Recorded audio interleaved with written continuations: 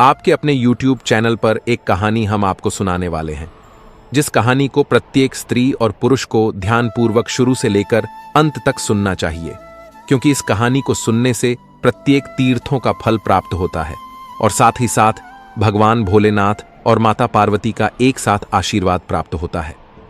मित्रों, हमारे हिंदू धर्म में तुलसी के पौधे को बहुत ही पवित्र माना जाता है और शास्त्रों में बताया गया है कि इस पौधे में साक्षात भगवान विष्णु जी और माता लक्ष्मी जी का वास रहता है। मित्रों, आपको बता दें कि तुलसी पत्र के बिना भगवान विष्णु जी किसी भी प्रकार का भोग स्वीकार नहीं करते हैं, क्योंकि वेद पुराणों में तुलसी को विष्णु जी की पत्नी कहा गया है। इसीलिए कहते हैं कि जो भी व्यक्ति तुलसी की पूजा करता है वह व्यक्ति कभी भी गरीब नहीं रहता है और ऐसा व्यक्ति को कभी भी गरीबी का सामना भी नहीं करना पड़ता है। अगर व्यक्ति बहुत सारे पाप भी करता हो तब भी वह व्यक्ति सीधे स्वर्ग जाता है। मित्रों, आप लोगों का ज्यादा समय न लेते हुए वीडियो को शुरू करते हैं, लेकिन उससे पहले अगर आप सभी हमारे चैनल पर नए आए हो तो हमारे चैनल को सब्सक्राइब करें और अगर आप लोगों को कहानी पसंद आए तो वीडियो को एक लाइक अवश्य करें। साथ ही साथ कमेंट बॉक्स में हर हर महादेव लिखना ना भूलें। मित्रों, एक बार माता पार्वती जी शिव जी से पूछती हैं, हे प्रभु, आज मेरे मन में एक मंशा उठ रही है और वह यह है कि पृथ्वी पर समस्त मनुष्य तुलसी की रोज पूजा क्यों करते हैं, इस पर रोज जल क्यों अर्पित करते हैं। मैं इस पौधे पर जल अर्पित करने का महत्व जानना चाहती हूं। तब भगवान शिव जी कहते हैं, हे देवी पार्वती, आपने उचित ही प्रश्न किया है। तुलसी के पौधे को साक्षात लक्ष्मी जी का ही रूप माना जाता है। इसकी रोज पूजा करने से व्यक्ति की सारी मनोकामनाएं पूर्ण हो जाती हैं और उसके द्वारा किए गए सभी पाप तुरंत नष्ट हो जाते हैं। मित्रों, भगवान भोलेनाथ जी पार्वती जी से कहते हैं, हे देवी, आपको आपके प्रश्न का उत्तर देने से पहले मैं आपको एक अत्यंत महत्वपूर्ण कहानी सुनाना चाहता हूं और आपको इस कहानी के द्वारा आपको आपके सभी प्रश्नों के उत्तर मिल जाएंगे।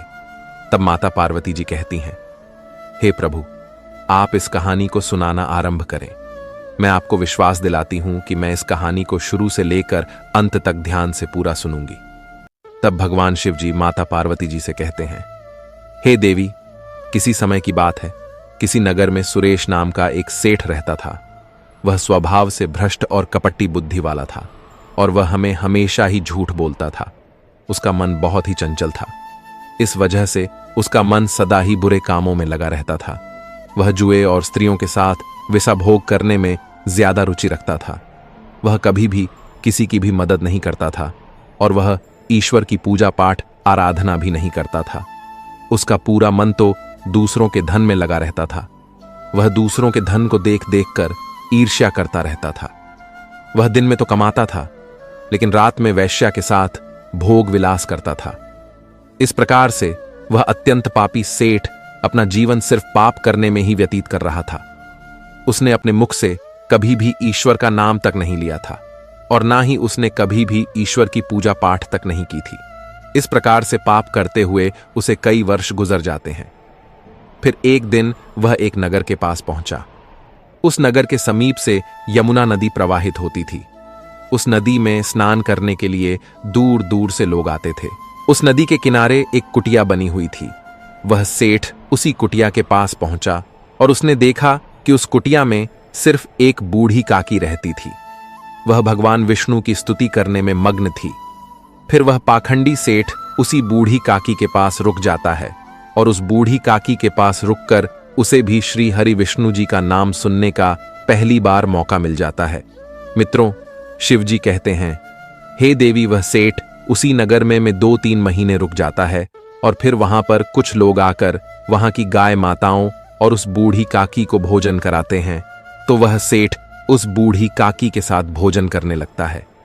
उसी कुटिया के समीप एक तुलसी का पौधा लगा हुआ था। वह अनजाने में उसी तुलसी के पौधे में गलती से जल डाल देता है। फिर उसके मन में विचार नहीं आता है कि वह क्या कर रहा है। वह रोज सुबह उठकर हाथ में जल का पात्र लेकर तुलसी के पौधे में जल डाल देता था। फिर एक दिन वह उसी कुटिया में सोया हुआ था तो उस कुटिया के पास एक सांप आ जाता है और वह सांप उस सेठ को नींद में ही काट लेता है। तो उसकी मृत्यु नींद में ही हो जाती है।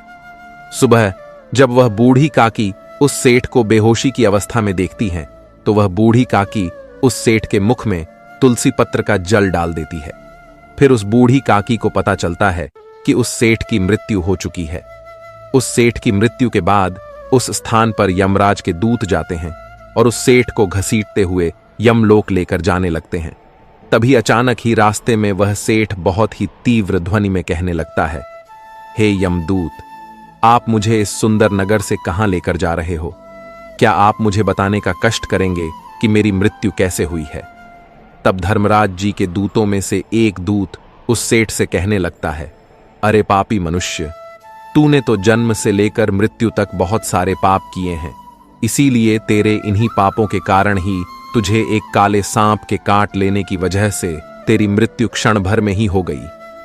अब हम तुझे धर्मराज की सभा यमलोक में लेकर जा रहे हैं। वहां पर तेरे पाप और पुण्य कर्मों का लेखा जोखा चित्रगुप्त जी देखेंगे और तेरे कर्मों को देखकर ही नरक और स्वर्ग में भेजेंगे। लेकिन मुझे तो पूरा विश्वास है कि यमराज जी तुझे सीधा नरक में ही भेजेंगे। मित्रों, शिव जी कहते हैं, हे देवी पार्वती। फिर वह पापी सेठ बहुत जोर जोर से विलाप करने लगता है और यमराज के उस यमदूत से क्षमा प्रार्थना मांगने लगता है। परंतु यमराज के वे दूत उस सेठ पर जरा सी भी दया नहीं दिखाते हैं और वे उस सेठ को घसीटते हुए, मारते पीटते हुए यमलोक लेकर जाते हैं। जब यमदूत उस सेठ को लेकर यमराज के पास पहुंचते हैं, तो धर्मराज जी के पास संसार के सभी मनुष्यों और जीव जंतुओं का लेखा जोखा का ज्ञान रखने वाले चित्रगुप्त के पास पहुंचता है। वे उस सेठ के जन्म से लेकर मृत्यु तक के कर्मों का लेखा जोखा निकालते हैं और धर्मराज से कहते हैं, हे महाराज, इस सेठ ने तो जन्म से लेकर मृत्यु तक कभी भी पुण्य नहीं किया है। इसने तो सदैव ही पाप किया है। यह तो साक्षात पाप की मूर्ति है। मैं तो कहता हूं कि इसे अभी नरक में डाल दिया जाए। फिर धर्मराज कहते हैं, हे दूत, इस पापी सेठ को ले जाकर के जीवन भर के लिए को उठाकर ले जाओ और इस सेठ को पंख प्रभा नामक नरक में डाल दो। धर्मराज के आदेश दे का पालन करते हुए वे यम के दूत हंसते हुए उस पापी सेठ को ले जाकर पंख प्रभा नामक नरक में डाल देते हैं और वहां पर उस सेठ को नरक के दूत लाठी डंडों से पीटने लगते हैं, जिससे उस सेठ की कमर टूट जाती है। और फिर उस सेठ को खोलते हुए तेल डाल दिया गया। लेकिन जैसे ही उस सेठ को खोलते हुए तेल के घड़े में डाला गया, वैसे ही वह तेल तुरंत ही ठंडा हो गया। ऐसी विचित्र घटना को देखकर उस दूत को बहुत ही आश्चर्य हुआ। ऐसा उसके साथ पहले कभी नहीं हुआ था। उसने पता नहीं कितने पापियों को उस तेल के घड़े में डाला था। वे सभी उस खोलते हुए तेल में गिरकर छटपटा लगते थे। लेकिन जैसे ही वह सेठ उस तेल के घड़े में गिरा, वैसे ही अचानक से वह तेल ठंडा हो गया। इस घटना को देखते ही वह यमदूत तीव्र गति से दौड़ता हुआ धर्मराज के पास पहुंचा। तब धर्मराज ने उस दूत से पूछा, हे दूत, क्या बात है? तुम मेरे पास इतनी तीव्र गति से दौड़ते हुए क्यों आ रहे हो मित्रों? शिव जी कहते हैं, हे देवी।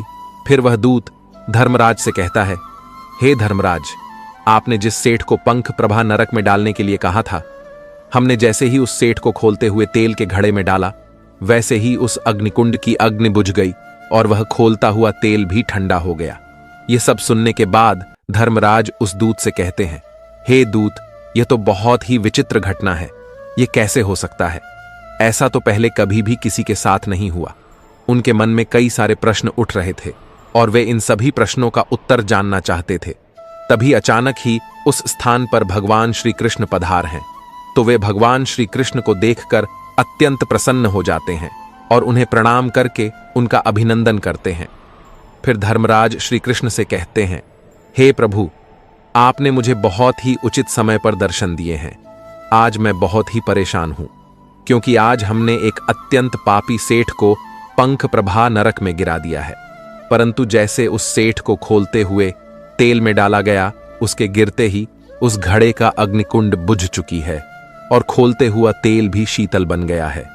तब श्री कृष्ण धर्मराज से कहने लगते हैं, हे धर्मराज, आपने जिस सेठ को पंख प्रभा नरक में डाल दिया है, वह नरक में जाने के योग्य नहीं है, क्योंकि इस सेठ के द्वारा अनजाने में ही एक ऐसा कर्म हो गया है जिससे इस सेठ के सारे पाप मिट चुके हैं। जो मनुष्य पुण्य करने वाले लोगों के साथ रहता है, उसे भी उन लोगों के साथ साथ पुण्य अवश्य मिलता है। और यह सेठ तो 1 महीने तक भगवान विष्णु के भक्तों के साथ रहा था। इस सेठ ने कुटिया में रहते हुए रोज तुलसी को जल अर्पित किया है। इस वजह से यह सेठ बहुत बड़ा ही पुण्यवान बन गया है और इस तरह से इसके समस्त पाप नष्ट हो चुके हैं। यह सेठ अब स्वर्गलोक जाने का अधिकारी बन गया है। इस सेठ ने जाने अनजाने में ही इतना पुण्य कमा लिया है जो कोई भी मनुष्य जन्म जन्मांतर तक प्राप्त नहीं कर पाता। इसीलिए आप इस सेठ नरक में ना पकाओ। इस सेठ के पापों को देखते हुए आप इसे दंड में नरक लोक का दर्शन कराओ। भगवान श्री कृष्ण की बात सुनकर धर्मराज अत्यंत प्रसन्न हो जाते हैं और उस सेठ को उस नरक से निकाल कर ले आते हैं और उन दूतों से कहते हैं, हे दूत, उस सेठ महात्मा को लाकर यमलोक के संपूर्ण नरकों का दर्शन कराओ। फिर वे दूत उस सेठ को ले जाकर यमलोक के संपूर्ण नरकों का दर्शन कराने लगते हैं।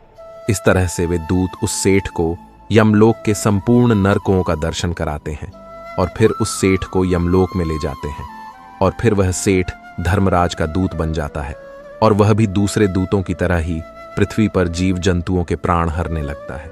शिव जी कहते हैं, हे देवी, अब तो आपको पता चल ही गया होगा कि तुलसी के पौधे में रोज जल अर्पित करने से, पूजा पाठ करने से कितना गुनाह लाभ मिलता है और इस पर रोज जल अर्पित करने से व्यक्ति के सारे पाप मिट जाते हैं और उस व्यक्ति को सीधा स्वर्ग में भेजा जाता है।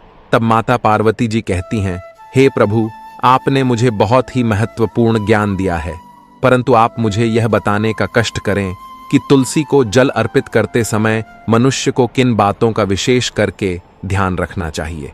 मित्रों, शिव जी माता पार्वती जी से कहते हैं, देवी, आपने उचित ही प्रश्न किया है, लेकिन मैं आपके इस प्रश्न का उत्तर देने से पहले आपको एक और छोटी सी ज्ञानवर्धक कहानी सुनाना चाहते हैं।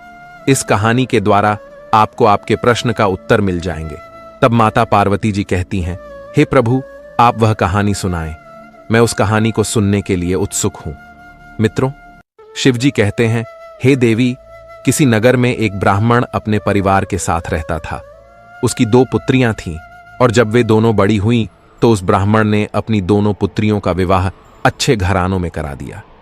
उन दोनों के पति व्यापारी थे और उनका व्यापार भी काफी अच्छा चल रहा था। उस ब्राह्मण की छोटी पुत्री बहुत ही चंचल स्वभाव की थी। वह रोज बिना स्नान किए ही भोजन बनाती थी और वह फिर कभी कभी तुलसी को जल अर्पित कर देती थी। कभी तो वह खुले बाल रखकर चप्पल जूते पहनकर ही तुलसी को जल अर्पित कर देती थी और नाखूनों से उसके पत्तों को तोड़कर खाने लगती थी। वह तुलसी के पास थूक भी देती थी। उस यह सब करना गलत नहीं लगता था। उधर दूसरी तरफ उसकी बड़ी बहन बड़ी ही संस्कारी थी। वह अपनी सूझबूझ के साथ अपने सभी कार्यों को करती थी। वह रोज तुलसी को जल अर्पित करती थी। वह हमेशा ही अपने बाल बांधकर ही तुलसी को जल अर्पित करती थी और वह कभी भी चप्पल जूते पहनकर तुलसी के पौधे को जल अर्पित नहीं करती थी। वह इसे सद ही बहुत ही अशुभ मानती थी और वह कभी भी तुलसी के पत्ते को नाखूनों से नहीं तोड़ती थी। मित्रों, शिवजी कहते हैं, हे देवी, ऐसे ही कुछ वर्ष बीत गए। कुछ दिन बीतने के बाद अचानक ही उस ब्राह्मण की छोटी पुत्री के पति को व्यापार में बहुत बड़ा नुकसान हो गया और उनकी आर्थिक स्थिति बद से बदतर हो गई। अब उसका जीवन गरीबी में बीतने लगा। उस छोटी पुत्री के पति को कोई काम नहीं मिल पा रहा था। जब वह कोई व्यापार करता तो उस व्यापार में उसको सफलता नहीं मिलती थी। ऐसा ही उसके साथ कई बार हो गया था और इस वजह से उन दोनों ने बहुत ही कर्ज ले रखे थे जिन्हें वे चुका भी नहीं पा रहे थे और वे अपने अपनी जिंदगी से बहुत ही परेशान हो गए थे। वे कहीं पर भी जाते तो उन्हें वे व्यक्ति दिख जाते जिनसे उन्होंने कर्ज लिया था। इन्हीं सब परेशानियों से छुटकारा पाने के लिए वे दोनों एक दिन आत्महत्या करने जा रहे थे। तभी उसकी बड़ी बहन अपने पति के साथ आ जाती है और उसकी बड़ी बहन उससे कहती हैं, अरे बहन, तू क्या करने जा रही थी? अभी तो तेरी बड़ी बहन जिंदा है ना, तब तू क्यों ऐसा कदम उठाने जा रही थी? फिर वह छोटी बहन जवाब देते हुए कहती हैं, बहन, मैं क्या करूं? मेरे पति जो भी व्यापार की शुरुआत करते हैं उसमें उनको सिर्फ नुकसान ही नुकसान सामना करना पड़ता है। अब आप ही मुझे बताओ, मैं क्या करूं? तब उसकी बड़ी बहन की नजर उसके घर में लगी हुई तुलसी के पौधे पर पड़ती है तो वह उससे कहती हैं, अरे बहन, मुझे पता चल गया है कि तेरे पति को व्यापार में सफलता क्यों नहीं मिल रही है। अरे तुलसी के पौधे के पास देख, तूने तो एक भी दिया नहीं जलाया और तुलसी के हरे पत्ते भी बिखरे हुए हैं। इसमें किसी ने बहुत थूका भी है। इसका मतलब कि तू इस तुलसी के पौधे की अच्छी तरह से देखभाल नहीं करती है। मित्रों, शिवजी कहते हैं, हे देवी, उसकी बड़ी बहन उससे कहती हैं, चलो मैं तुझे बता देता हूं कि तुलसी के पौधे को जल अर्पित करते समय किन बातों का विशेष करके ध्यान रखना चाहिए। उस ब्राह्मण की बड़ी पुत्री उस छोटी पुत्री से कहती हैं, तुलसी का पौधा बहुत ही संवेदनशील होता है, इसकी रोज पूजा करनी चाहिए और इसे रोज जल अर्पित करना चाहिए। ऐसा करने वाले मनुष्य को कभी भी गरीबी का सामना नहीं करना पड़ता है। और जिस व्यक्ति के घर में तुलसी का पौधा हरा भरा रहता है, उस घर में माता लक्ष्मी का वास होता है। और भगवान विष्णु जी का भोग चढ़ाते समय तुलसी पत्र अवश्य ही अर्पित करना चाहिए, क्योंकि भगवान विष्णु जी तुलसी पत्र के बिना भोग स्वीकार नहीं करते हैं। इसीलिए प्रत्येक व्यक्ति को अपने घर में तुलसी का पौधा अवश्य ही लगाना चाहिए और तुलसी के पौधे को चुनरी अवश्य चढ़ाना चाहिए। तुलसी केवल एक पौधा नहीं है, बल्कि वे एक देवी हैं जिन्हें विष्णु जी की पत्नी माना जाता है। इसीलिए सभी लोगों को तुलसी के पौधे में चुनरी अवश्य ही चढ़ाना चाहिए। ऐसा करने से पति पत्नी में प्रेम और विश्वास बढ़ता है और महिलाएं सदा सुहागन और सौभाग्यशाली रहती हैं। और तुलसी के पौधे का विवाह भी अवश्य करना चाहिए। इससे मनुष्य को अपने सभी दुखों से छुटकारा मिलता है। उस मनुष्य का जीवन सुखपूर्वक बीतता है। तुलसी के पौधे के पास हमें अपने मुख से अपशब्द भी नहीं बोलना चाहिए। ऐसा करना पाप माना जाता है। हमें तुलसी के पौधे के पास भूलकर भी जूते चप्पल झाड़ू पोंछा नहीं रखना चाहिए। इसे बहुत ही अशुभ माना जाता है। हमें तुलसी के पौधे के पास गलती से भी थूकना नहीं चाहिए। ऐसा करने से माता लक्ष्मी आपसे रुष्ट हो जाती है। तुलसी के पौधे के पास बुझा हुआ दीपक नहीं रखना चाहिए, क्योंकि तुलसी के पौधे के नीचे बुझा हुआ दीपक रखना बहुत ही अशुभ माना जाता है। हमें तुलसी के पौधे के आसपास हमेशा स्वच्छता रखना चाहिए। इसीलिए हमें प्रतिदिन तुलसी के पौधे के पास की गंदगी को साफ करते रहना चाहिए। हमें तुलसी के पौधे में शिव जी के शिवलिंग और गणेश जी की प्रतिमा नहीं रखनी चाहिए। साथ ही साथ हमें तुलसी के पौधे के आसपास किसी अन्य प्रकार का पौधा नहीं लगाना चाहिए। इसे बहुत ही अशुभ बताया गया है। मित्रों, शिवजी जी कहते हैं, हे देवी, उसकी बड़ी बहन उससे कहती हैं, हमें तुलसी के पौधे के आसपास कपड़े भी नहीं सुखाने चाहिए। इससे उन गंदे कपड़ों का पानी तुलसी के पौधे पर गिरने की संभावना रहती है। और हमें इस बात का भी विशेष ध्यान रखना चाहिए कि तुलसी के पौधे को नाखूनों से नहीं तोड़ना चाहिए। ऐसा करने से तुलसी माता का अपमान होता है। और यदि तुलसी के पत्ते सूख कर गिर जाते हैं तो हमें उन्हें कचरे में नहीं फेंकना चाहिए, बल्कि उन पत्तों को तुलसी के पौधे की मिट्टी में दबा देना चाहिए। इस बात का भी ध्यान रखना चाहिए कि आपको रविवार के दिन तुलसी के पत्ते भूलकर भी नहीं तोड़ने चाहिए और इस दिन आपको तुलसी को जल भी अर्पित नहीं करना चाहिए। बाकी सप्ताह के सभी दिन आप तुलसी के पौधे को जल अर्पित कर सकते हैं और स्त्रियों को तुलसी के पौधे को बिना स्नान किए जल अर्पित नहीं करना चाहिए। संध्या काल के समय इसके नीचे आपको एक दीपक अवश्य जलाना चाहिए। और आगे उसकी बड़ी बहन उससे कहती हैं, मैंने कई बार देखा है कि कुछ महिलाएं स्नान के बाद ऐसे ही अपने बाल खुले रखकर ही तुलसी को जल अर्पित कर देती हैं। वास्तव में तो ऐसा करना ही गलत माना जाता है। तुलसी को जल अर्पित करते समय सभी स्त्रियों को हमेशा ही अपने बाल बांधकर माथे पर सिंदूर मतलब कि पूरा सज संवर कर ही जल अर्पित करना चाहिए। दोस्तों, आधुनिक होने के चक्कर में इस सत्य को मत भूल जाना कि हम अपने मानव जीवन में जैसे कर्म करते हैं, उनका वैसा ही फल हमें इस जीवन में भोगना पड़ता है। प्रत्येक कर्म का कुछ ना कुछ फल होता है। नमस्कार साथियों, गहरे शब्द में आपका स्वागत है। मित्रों, आज हम आपको सुनाएंगे एक बूढ़ी औरत और उसकी 3 बहुओं की कहानी, जो अपने कर्मों की वजह से कुतिया बन गई। आज की कहानी बड़ी ही ज्ञानवर्धक और मोटिवेट लाएगा है, तो चलिए चलते हैं कहानी की तरफ। एक छोटे से गांव में एक बूढ़ी मां रहती थी। उसकी 3 बहुएं और 3 बेटे थे। बूढ़ी मां बहुत धार्मिक थी और हर दिन पूजा पाठ में समय बिताती थी। वह सुबह सुबह उठकर गंगा स्नान करने जाती और भगवान विष्णु और माता लक्ष्मी की पूजा करती थी। कार्तिक महीने में वह विशेष रूप से स्नान और पूजा करती थी। इस दौरान वो माखन मिश्री, दही मिश्री और तुलसी के पत्तों का भोग भगवान को चढ़ाती थी और प्रसाद अड़ोस पड़ोसी में बांटती थी। गांव के लोग उसकी पूजा पाठ की बहुत इज्जत करते थे। बूढ़ी मां का यह नियम था कि वह कार्तिक महीने के हर दिन गंगा स्नान करती और पूजा करती। कार्तिक पूर्णिमा के दिन वह विशेष रूप से गंगा स्नान के लिए जाती और भोग बनाकर भगवान को चढ़ाती। लेकिन उसकी 3 बहुओं को यह सब बिल्कुल पसंद नहीं था। वे अक्सर उसकी आस्था का मजाक उड़ाती और प्रसाद खाने से मना कर देती। वह कहती, इसमें तुलसी के पत्ते हैं, हम यह नहीं खा सकते, यह सब दिखावा है। यह सुनकर बूढ़ी मां बहुत दुखी होती, लेकिन वह चुपचाप अपनी पूजा करती रहती। बूढ़ी मां का पति कुछ समय पहले ही गुजर चुका था, इसलिए वह अब अकेली थी। उसके बेटे भी अपनी पत्नियों के कहने में आकर उससे दूर हो गए थे। अब वह सिर्फ अपनी पूजा पाठ में ही मन लगाती और पड़ोसियों में प्रसाद बांटती। लेकिन उसकी तीनों बहू को यह सब बहुत बुरा लगता था। वे कहती, यह सांस जब देखो तब पूजा पाठ में लगी रहती है, अनाप शनाप खर्च करती है, पंडितों को बुलाती है, दान पुण्य करती है। अगर यह मर जाए तो अच्छा हो, कम से कम यह खर्चा तो बचेगा।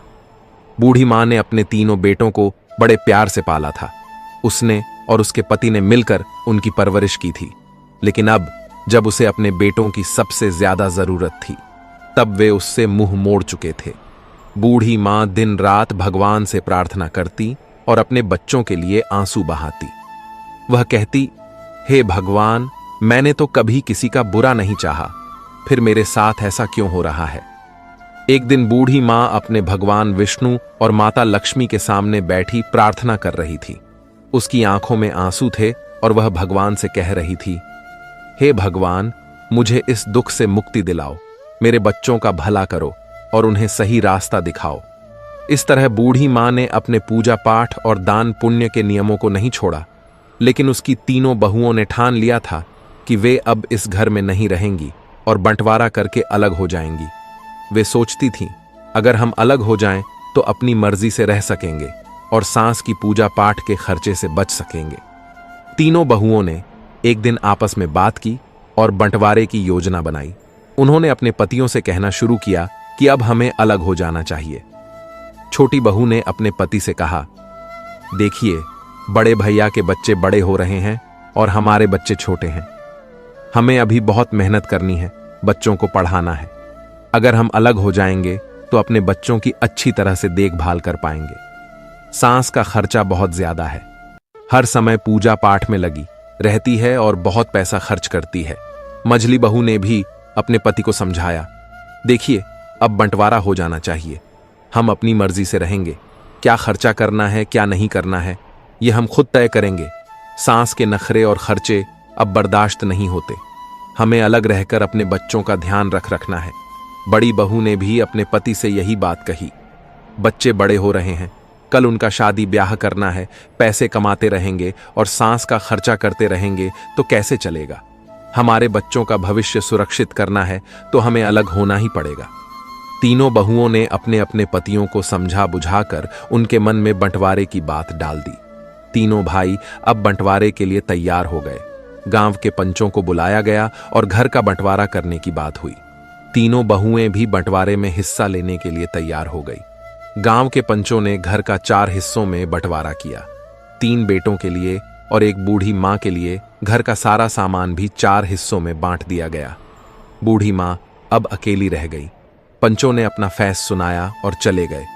तीनों बहुओं ने अपना अपना सामान अपने अपने हिस्से में रख लिया। बूढ़ी मां के हिस्से में जो झोपड़ी थी वह उसमें रहने लगी। अब वह अकेली थी और अपने बेटों से निराश होकर अपने भगवान से प्रार्थना करती रहती थी। वह रोज सुबह जल्दी उठकर गंगा स्नान करती और भगवान विष्णु और माता लक्ष्मी की पूजा करती। वह पहले की तरह ही भोग बनाकर भगवान को चढ़ाती और फिर अड़ोस पड़ोस में प्रसाद बांटती। लेकिन अब वो बहुत अकेली हो गई थी। उसके तीनों बेटों ने उससे मुंह मोड़ लिया था और उसकी बहुओं ने उसे घर से बाहर कर दिया था। वह रोज भगवान से प्रार्थना करती, हे भगवान, मुझे इस दुख से छुटकारा दिलाओ, मेरे बच्चों का भला करो और उन्हें सही रास्ता दिखाओ। बूढ़ी माँ के पास जो थोड़ा बहुत आटा, दाल और चावल था, वो उसी से काम चलाती। वह सोचती है, अब मुझे अपनी जिंदगी इसी तरह गुजारनी पड़ेगी। मेरे बच्चों ने तो मुझे छोड़ दिया है, लेकिन मैं भगवान की भक्ति नहीं छोड़ूंगी। उसकी भक्ति में कोई कमी नहीं आई। वह हर रोज तुलसी के पत्तों से भगवान का पूजन करती और पड़ोसियों को प्रसाद बांटती। एक दिन जब बूढ़ी मां अपनी झोपड़ी में बैठी रो रही थी, तभी एक युवक आया। उसने दरवाजा खटखटाया। बूढ़ी मां ने दरवाजा खोला और देखा कि एक 17-18 साल का हष्टपुष्ट युवक खड़ा था। उसके चेहरे पर तेज झलक रहा था। उसने कहा, अम्मा, आप मुझे पहचान नहीं, लेकिन मैं आपके मायके से आया हूं। मेरा नाम कृष्णा है। मेरे पिताजी ने मुझे आपकी मदद करने के लिए भेजा है। बूढ़ी मां ने आश्चर्य से पूछा, कृष्णा, तुम मेरे मायके से आए हो? मैंने तो तुम्हें कभी देखा नहीं। कृष्णा ने मुस्कुराते हुए कहा, हां अम्मा, मैं आपके भाई का पोता हूं। हमें खबर मिली कि आपके बेटों ने आपको घर से निकाल दिया है, इसीलिए मेरे पिताजी ने मुझे आपकी मदद करने के लिए भेजा है। बूढ़ी मां की आंखों में आंसू आ गए। उसने कृष्णा को अंदर बुलाया और उसे बैठने के लिए कहा। उसने पानी का गिलास और थोड़ा सा गुड़ दिया। कृष्णा ने पानी पिया और गुड़ खाया। फिर उसने अपनी थैली से कुछ खाने का सामान, कपड़े और दवाइयां निकाली। उसने कहा, अम्मा, यह सब सामान मैं आपके लिए लाया हूं। आप भूखी मत रहना, हम रोज आपको खाना भिजवाए। बूढ़ी मां ने कृष्णा को आशीर्वाद दिया और कहा, बेटा, तुम्हारा बहुत बहुत धन्यवाद। तुमने मेरे लिए जो जो किया है, उसके लिए मैं भगवान से तुम्हारे सुख समृद्धि की प्रार्थना करूंगी। कृष्णा ने बूढ़ी मां से विदा ली और वापस चला गया। बूढ़ी मां ने अपने भगवान का धन्यवाद किया और सोचा, भगवान ने मेरी प्रार्थना सुन ली, अब मैं भूखी नहीं रहूंगी। अब बूढ़ी मां को रोज खाना मिल जाता था। वह पहले की तरह ही भोग बनाकर भगवान को चढ़ाती और पड़ोसियों को प्रसाद बांटती। लेकिन उसकी तीनों बहुओं को यह सब देखकर बहुत जलन होती थी। वे सोचती थीं कि यह बुढ़िया आखिर कहां से इतना खाना ला रही है। इसके पास कोई कमाने वाला भी नहीं है, फिर यह इतना तंदुरुस्त कैसे हो रही है। तीनों बहुएं बूढ़ी मां की सेहत देखकर बहुत जलती थीं। वे सोचती कि बुढ़िया को हमने इसलिए अलग किया था ताकि वह जल्द ही भूखी प्यासी मर जाए, लेकिन यह तो और तंदुरुस्त होती जा रही है। एक दिन बहुओं ने फैसला किया कि वे बूढ़ी मां की झोपड़ी में जाकर पता लगाएंगी कि वहां क्या हो रहा है। अगले दिन जब बूढ़ी मां गंगा स्नान के लिए गई हुई थी, तभी तीनों बहुएं उसकी झोपड़ी में घुस गईं। वहां उन्होंने देखा कि झोपड़ी में दाल, चावल, आटा, मसाले, सूखे मेवे और कई तरह का अच्छा खाना रखा हुआ है। बहुएं हैरान रह गईं। वे आपस में बातें करने लगीं कि यह बुढ़िया इतनी चालाक निकली। हमें लगता था कि यह भूखी प्यासी मर रही है, लेकिन यहां तो हर चीज का भंडार है। बड़ी बहू ने कहा, इसने जरूर हमारे घर से चोरी करके यह सब जमा किया है। हम काम में लगी रहती थी और यह चोरी चोरी अपना घर भरती रही। अब इसे सबक सिखाना होगा। मंझली बहू ने कहा, हां, हमें इसे मजा चखाना चाहिए। देखते हैं कि इसने यहां क्या क्या जमा किया है। छोटी बहू ने भी सहमति जताई। सही कहा, हमें इसके खिलाफ कुछ करना होगा। तीनों बहुएं झोली भर भर कर सामान अपने घर ले जाने लगी। जैसे ही उन्होंने खाने का सामान उठाया, उन्होंने देखा कि उसमें तुलसी के पत्ते हैं। गुस्से में आकर उन्होंने तुलसी के पत्ते नाली में फेंक दिए। यह देखकर वे और भी क्रोधित हो गई और सामान उठाकर बाहर जाने लगी। तभी एक अजीब घटना घटी। तीनों बहुओं ने देखा कि उनके हाथ पैर धीरे धीरे कुत्ते के पंजों में बदलने लगे। वे डर गई और चिल्लाने लगी, लेकिन कोई उनकी मदद नहीं कर पाया। कुछ ही पलों में तीनों बहुएं कुतिया बन गई। गांव में हड़कंप मच गया। बच्चों और पतियों ने जब यह देखा तो वे हैरान रह गए। उन तीनों के बच्चे चिल्लाने लगे, मम्मी कुतिया बन गई है, पापा देखो मम्मी को क्या हो गया। तीनों बहुओं के पति समझ नहीं पा रहे थे कि यह कैसे हुआ।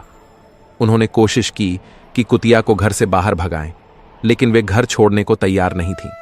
वे अपनी भाषा में कुछ समझाने की कोशिश कर रही थी, लेकिन कोई उनकी बात नहीं समझ पा रहा था। बच्चे रो रहे थे और पतियों को भी रोना आ रहा था। उन्होंने अपने बच्चों को संभालते हुए कहा, चलो अब कुछ नहीं किया जा सकता, हमें मां का इंतजार करना होगा, शायद वही कुछ हल बता सके। गांव के लोग भी इकट्ठा हो गए और सोचने लगे कि यह अनहोनी कैसे हुई। सबने बूढ़ी मां की वापसी का इंतजार करने का फैसला किया। बूढ़ी मां को अब अपने रोज के जीवन में थोड़ी राहत मिल रही थी। कृष्णा रोज खाना रख जाता था और बूढ़ी मां भगवान का भोग लगाकर पहले की तरह प्रसाद बांटती थी, लेकिन उसे इस बात का कोई अंदाजा नहीं था कि उसके घर में क्या हो रहा है। उसे यही लगता था कि सब कुछ पहले जैसा ही चल रहा है। इधर तीनों बहुएं कुतिया बनकर घर के आंगन में बैठी थीं। उनके पतियों को घर का सारा काम करना पड़ रहा था। वे बहुत परेशान थे और अपनी पत्नियों की वापसी का इंतजार कर रहे थे। गांव के लोग भी इस अजीब घटना से हैरान थे। हर कोई यही कहता था कि यह सब बूढ़ी मां की भक्ति और उसकी तपस्या का फल है। गांव के कुछ लोगों ने बूढ़ी मां को गंगा स्नान के लिए जाते देखा। उन्होंने सोचा कि अब उसे सारी बात बतानी चाहिए। वे उसके पास गए और बोले, माई, तुम्हारे घर में कुछ अजीब हो रहा है। तुम्हारी तीनों बहुएं कुतिया बन गई हैं। बूढ़ी मां को यह सुनकर बहुत आश्चर्य हुआ। उसने सोचा कि यह कैसे संभव हो सकता है। उसने तुरंत गंगा स्नान किया और घर की ओर लौट पड़ी। उसके दिल में बहुत सारी आशंकाएं थीं। उसने भगवान से प्रार्थना की, हे भगवान, मेरे घर की रक्षा करना और मेरे बच्चों को सही रास्ता दिखाना। जब बूढ़ी मां घर पहुंची तो उसने देखा कि गांव के लोग उसके घर के सामने इकट्ठा थे। उसने पूछा, क्या हुआ? यहां इतनी भीड़ क्यों लगी है? गांव वालों ने उसे सारी घटना बताई। बूढ़ी मां ने अपने बेटों को बुलाया और पूछा, ये सब कैसे हुआ? तुम लोगों ने क्या किया? बेटों ने रोते हुए अपनी मां को सारी कहानी सुनाई। उन्होंने कहा, मां, हमसे बहुत बड़ी गलती हो गई। हमारी पत्नियों ने तुम्हारे सामान को नाली में फेंक दिया था और उसी समय वे कुतिया बन गई। अब हमें नहीं पता कि उन्हें कैसे ठीक करें। बूढ़ी मां ने अपने बेटों को दिलासा दिया और कहा, भगवान सब ठीक करेंगे, तुम लोग घबराओ मत। बूढ़ी मां ने अपने भगवान से प्रार्थना की और उनसे समाधान मांगा।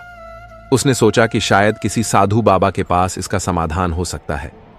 उसी समय एक साधु बाबा गांव में आए। बूढ़ी मां ने उन्हें अपने घर बुलाया और सारा हाल बताया। साधु बाबा ने ध्यान से सारी बातें सुनी और कहा, यह सब तुम्हारी भक्ति और तपस्या का फल है, लेकिन चिंता मत करो, इसका उपाय भी है। बूढ़ी मां ने पूछा, बाबा, कृपया मुझे उपाय बताएं, मैं अपने बच्चों को इस हालत में नहीं देख सकती। साधु बाबा ने कहा, तुम्हें कार्तिक महीने में विशेष पूजा करनी होगी। तुम्हारे स्नान के पानी से तुम्हारी बहुओं को नहलाना होगा और ब्राह्मणों को भोजन कराकर उनके झूठे भोजन को बहुओं को खिलाना होगा। इससे वे अपने असली रूप में वापस आ जाएंगी। बूढ़ी मां ने साधु बाबा को धन्यवाद दिया और अपने बेटों को यह उपाय बताया। बेटों ने कहा, मां, हम तुम्हारी हर बात मानेंगे, हम इस उपाय को जरूर पूरा करेंगे। बूढ़ी मां ने कार्तिक महीने की विशेष पूजा की तैयारी शुरू कर दी। उसके तीनों बेटे और गांव के लोग भी इस पूजा में मदद करने लगे। बेटों ने मिलकर पूजा का सारा सामान इकट्ठा किया और भगवान के लिए भोग बनाने की व्यवस्था की। हर सुबह बूढ़ी मां गंगा स्नान के लिए जाती और स्नान के पानी को एकत्रित करती। उसके बाद वह भगवान विष्णु और माता लक्ष्मी की पूजा करती और फिर अपने पड़ोसियों को प्रसाद बांटती। इस बीच तीनों बहुएं अभी भी कुतिया के रूप। दोस्तों, एक समय की बात है, देवर्षि नारद नारायण का जाप करते हुए यमपुरी में पधार हैं। नारद जी को आता हुआ देखकर यमराज जी अत्यंत प्रसन्न हो जाते हैं और नारद जी से कहते हैं, पधारिए, देवर्षि यमपुरी में आपका स्वागत है। आज किस प्रयोजन से यमपुरी में आपका आगमन हुआ है? अवश्य ही कोई महत्वपूर्ण समाचार लेकर आए होंगे। आप तब देवर्ष कहते हैं, हे सूर्य तनय धर्मराज, आपको भी मेरा प्रणाम है। आज मैं कोई समाचार लेकर नहीं आया हूं, किंतु आपके पास मेरी एक शंका लेकर आया हूं। कृपया आप मेरी इस शंका का समाधान कीजिए। यमराज कहते हैं, हे देवर्ष, आपके मन में जो भी शंका हो निसंकोच होकर पूछ लीजिए। मैं अवश्य ही आपकी शंका का समाधान करने का प्रयास करूंगा। देवर्ष कहते हैं, हे धर्मराज, आज मैं आपके पास यह जानने के लिए आया हूं कि माता पिता की सेवा करने वाले मनुष्य को कौन पुण्य मिलता है और जो लोग अपने माता पिता का अनादर करते हैं, उनके साथ दुर्व्यवहार करते हैं, उन्हें कौन सा दंड मिलता है। यमराज कहते हैं, हे देवर्षि, आज आपने अत्यंत महत्वपूर्ण प्रश्न किया है। इसमें समस्त मानव जाति का कल्याण छिपा हुआ है। मैं आपको माता पिता की सेवा का महत्व सुनाता हूं, इसे आप ध्यान से सुनिए। उसके पश्चात मैं आपको एक प्राचीन कथा सुनाऊंगा, जिसे सुनकर आपकी सारी शंकाएं दूर हो जाएंगी। हे देवर्ष पिता, धर्म है, पिता स्वर्ग है और पिता ही सर्वोत्कृष्ट तपस्या है। पिता के प्रसन्न हो जाने पर संपूर्ण देवता प्रसन्न हो जाते हैं। जिस पुत्र की सेवा से माता पिता संतुष्ट रहते हैं, उस पुत्र को प्रतिदिन गंगा स्नान का पुण्य फल मिलता है। हे देवर्ष, माता सर्व तीर्थों के समान है और पिता संपूर्ण देवताओं का स्वरूप है। इसीलिए मनुष्य को सदैव ही माता पिता का पूजन करना चाहिए। जो पुत्र माता पिता की प्रदक्षिणा करता है, उसके द्वारा पृथ्वी की परिक्रमा पूर्ण हो जाती है। माता पिता को प्रणाम करते समय जिस मनुष्य के हाथ, घुटने और मस्तक पृथ्वी को स्पर्श करते हैं, वह अक्षय स्वर्ग को प्राप्त करता है। जब तक माता पिता के चरणों की धूल पुत्र के मस्तक और शरीर में लगती रहती है, तभी तक वह शुद्ध रहता है। उसके समस्त पाप नष्ट हो जाते हैं। जो पुत्र अपने माता पिता के चरणों का जल पीता है, उसके करोड़ों जन्मों के पाप नष्ट होते हैं।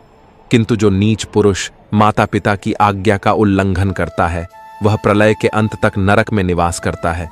जो पापी पुत्र अपने वृद्ध, रोगी, अंधे और बहरे पिता को त्याग कर चला जाता है, वह ररव नरक में गिराया जाता है। माता पिता का पालन पोषण न करने से समस्त पुण्यम का नाश होता है। माता पिता की सेवा न करके यदि पुत्र तीर्थ और देवताओं का भी पूजन करें, तो भी उसे फल नहीं मिलता है। हे देवर्ष, माता पिता की सेवा के संदर्भ में एक प्राचीन इतिहास कहा जाता है, जो मैं आपको सुनाता हूं। जो भी इस प्राचीन कथा का श्रवण करता